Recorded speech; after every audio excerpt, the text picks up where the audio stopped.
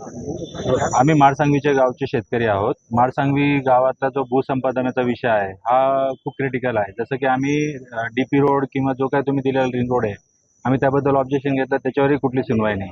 त्यानंतर आता जो विषय आहे, आम्हाला कुठलेही डिमार्केशन न झालेलं असतानाही जमिनीचे भाव दर निश्चिती करण्यात आले आहे तुमच्याकडनं, आणि आम्ही जिल्हाधिकारी साहेबांबरोबर लास्ट मंडेला जी मीटिंग झाली, जिल्हाधिकारी साहेबांनी आम्हाला स्पष्ट निर्देश दिले होते की तुमची जे काही अधिकारी आहेत, जे नगर रचनामधले जे अधिकारी आहेत, त्यांच्याबरोबर आम्ही तुमची मीटिंग लावून देतो. कुठली मीटिंग लावली नाही, उलट आम्ही त्या नगर रचनाच्या कार्यालयामध्ये गेलो.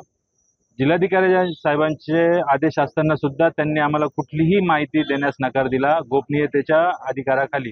अहो साहेब, तुम्ही आमच्या जमिनी घेणार आहात, शेतकऱ्यांना जमीन देणार आहात, आमच्याकडनं कोणची गोपनीयता तुम्हाला पाहिजे? शेतकऱ्यांचे जे रेट आहे तुम्ही डिक्लेअर केलेले आहेत त्याबद्दल आम्हाला माहितीच द्या, कुठल्या व्यवहार. आम्ही सगळे 3 वर्षाचे रेकॉर्ड त्यांना दिलेले आहेत. आज 23,000 रुपये हायवे फ्रंटची जागा, हा नकाशावरती पूर्ण संभाजीनगर रोड रस्ता नाही. आम्ही त्यांना रिक्वेस्ट करतोय की साहेब, संभाजीनगर रस्ता, नाशिक ते संभाजीनगर हा जो हायवे गेलेला आहे, हा हायवे अस्तित्वात आहे, पण जिल्हाधिकारी साहेबांच्याकडे जो मॅप आहे किंवा MSIDC कडे जो मॅप आहे त्याच्यावरती हा संभाजीनगर रोडचा उल्लेख नाही. साहेब, मग आमची शेतकरी म्हणून आम्ही 4 दिवस झाले फेरफेटा मारतोय, ह्या कार्यालयातून त्या कार्यालयात. आम्हाला शेवट पुण्याला जायला लावता की तुम्ही पुण्याच्या कार्यालयामध्ये जा, तिथे तुम्ही निवेदन द्या. साहेब, हे शेतकऱ्यांचं काम आहे का? मग तुमची सॅलरी आमच्या शेतकऱ्यांना द्या, आम्ही ते सगळं कामं करतो. आणि साहेब, जर शेती जर तिथं उल्लेख आहे, हायवे जर नाही, मग आम्ही तो रस्ता नांगरून काढावा का उद्या? साहेब, जर आम्ही तो रस्ता नांगरला तर आमच्यावरती गुन्हे दाखल कराल तुम्ही, आणि आमचं काम आहे का ते आम्ही जायचं आणि तिथे आम्ही तो रस्ता लावून घ्यायचा? साहेब, आम्हाला आमची पूर्ण एक रिक्वेस्ट आहे माडसंघवी साहेब की हे जे आहे ते गोपनीय न ठेवता हे शेतकऱ्यांच्या भल्यासाठी आहे. असेल तर आमचा विकासाला विरोध नाही, पण शेतकऱ्यांचं तिथं मरण न झालं पाहिजे, ही आमची रिक्वेस्ट आहे माडसंघवी. मागील काही दिवसांपासून रिंग रोडचं जे काही चाललेलं आहे, तर हा वडनेर आणि विदगाव शिव जिथं अलाइनमेंटमध्ये कमीत कमी 50 मीटरचा तफावत होता. त्यानंतर आम्ही आयुक्तांकडे गेलो, कलेक्टरांकडे गेलो, तिथे निवेदन दिले आणि आमचा हा विषय फक्त 900 मीटरसाठी आहे, जिथं असं सांगितलं आलंय का शहरी भागात म्हणजे 16 किलोमीटरमध्ये डीपी फॉलो करतील, पण तो काय डीपी फॉलो पूर्णपूर करती नाही, काही करती नाही. MSIDCनी दिलेला जो अगोदरचा आमच्याकडे जी अलाइनमेंट होती, वडनेरचा विषय सांगतोय मी, तर त्या अलाइनमेंटच्या विषयावर आम्ही सगळे शेतकरी आम्ही ॲग्री होतो आणि त्या अलाइनमेंटच्या या संदर्भात आम्ही जिल्हा अधिकाऱ्यांकडे पण आलो का आम्हाला ही मान्य आहे, फक्त आम्हाला जो रेटचा जो तफावत आहे, आमच्याकडे रेडी रेकनरचा रेट कमी आहे, त्याच्यात आम्हाला वाढ द्यावा.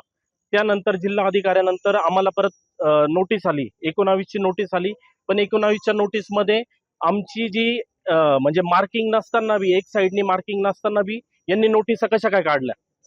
आमचा यांच्यावर आरोप आहे का MSIDCनी नोटीसा कशा काय काढल्या, जर मार्किंगच नाही, डिमार्केशन आमच्याकडे झालेलंच नाही, तरी पण आम्हाला 19च्या नोटीस दिल्या. 19च्या नोटीस दिल्यानंतर पण काही MSIDCच्या काही अधिकाऱ्यांनी आम्हाला अशा पण धमक्या दिल्या, पोलीस पाठवले का जर तुम्ही जर ऐकत नसाल तर बळजबरी आम्ही हा रस्ता तुमच्याकडनं करूनच घेऊ आणि तुम्हाला आतमध्ये टाकू. त्यानंतर आम्ही करण भाऊंना भेटलो, आमचा विषय पण मांडला तिथे का जर 900 मीटरमध्ये हाय टेन्शनचे जे टॉवर आहे, 900 मीटरमध्ये जर 3 टॉवर शिफ्ट करताय तुम्ही, आमच्याकडे जागा असताना पण ते 900 मीटरच्या जागेमध्ये आमची जागा बाधित होती, तरी पण तुम्ही ते टॉवरच्या वरूनच रस्ता घेताय, 15 फुटाचा फरक असताना पण ते टॉवर तुम्ही का शिफ्ट करताय?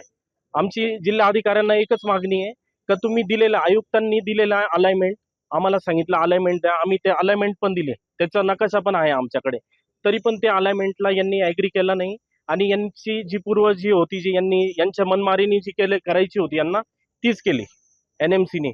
मग आमचं भाऊंचं आमचं त्याच्यावरती काल चर्चा पण झाली, त्यांना आम्ही जागेवर परिस्थिती पण दाखवली का तुम्ही काही राजकीय काही लोकांनी तिथं मध्ये म्हणजे अधिकाऱ्यांनी, राजकीय काही नेत्यांनी तिथं मागच्या वेळेस मीटिंग झाली उबाटाची, त्याच्यात काही बोललं गेलं का वडनेरच्या वतीने आम्ही आलेलो आहे शेतकरी, पण ते काही पर्टिक्युलर त्यांची गुंठावर पण जमीन जात नाही आणि त्यांनी तिथे सांगितलं का आम्ही त्या गावाच्या वतीने आलेलो आहे.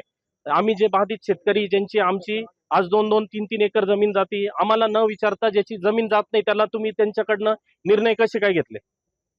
मग भाऊंनी आता सांगितल्याप्रमाणे जे आता पुढचं आमचं वाटचाल आहे, जे आता आम्ही उद्या 5 वाजेपर्यंत वाट बघू आणि नाहीतर पुढची दिशा आम्ही जी काय आमची ती ठरवू त्याच्यानंतर. गेल्या 8 दिवसापूर्वी माननीय जिल्हाधिकारी साहेब यांच्याकडं मीटिंग झाली आणि तिथं त्यांनी शब्द दिलेला होता का येत्या 8 दिवसामध्ये मी सर्वच MSIDCचे अधिकारी असतील किंवा या रिंग रोड संदर्भात जेवढे बी अधिकारी असतील यांना सोबत घेऊन तुमची मीटिंग लावू आणि त्याच्यावर योग्य तो निर्णय या 8 दिवसात 100% हा फायनल केला जाईल. पण आज 8 दिवस झाले, 8 दिवसामध्ये कुठल्याही अधिकाऱ्याने आमचे कुठले फोन रिसीव्ह केले नाही किंवा आम्हाला कुठल्या ऑफिसमध्ये त्याविषयी सखोल अशी माहिती सुद्धा दिली नाही. आज 8 दिवस झाल्यानंतर आम्ही सर्व शेतकरी पुन्हा एकदा या ठिकाणी एकत्रित येऊन परत आज माननीय कलेक्टर साहेबांच्या भेटीला आलेलो. पण आज स्वतः ते इकडे उपलब्ध नसल्याने उपजिल्हाधिकारी साहेब यांच्याकडे आम्हाला पाठवण्यात आलं.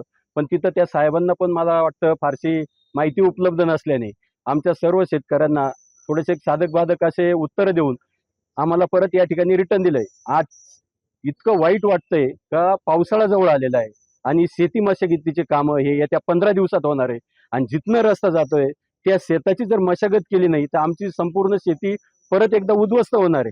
तिथं कुठलंही पीक घेता येणार नाही. आज भयभीत अवस्थेमध्ये सगळे शेतकरी असल्यामुळे तिथली कुठलेही कामं करता येत नाही आणि उठलं का कोर्ट आज या आजी सुद्धा या ठिकाणी उपलब्ध आहे.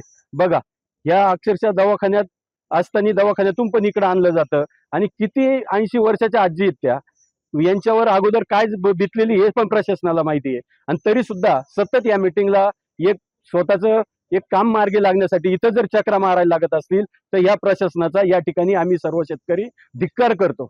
आम्हाला हे मान्य नाही. याच्यावर येत्या 2 दिवसात करण भाऊंनी ज्या पद्धतीने सांगितलं त्या पद्धतीनं 2 दिवसात आम्हाला तोडगा काढावा, नाहीतर आम्ही सर्व शेतकरी अतिशय उग्र असं आंदोलन या ठिकाणी छेडण्यास आम्ही तयार आहे.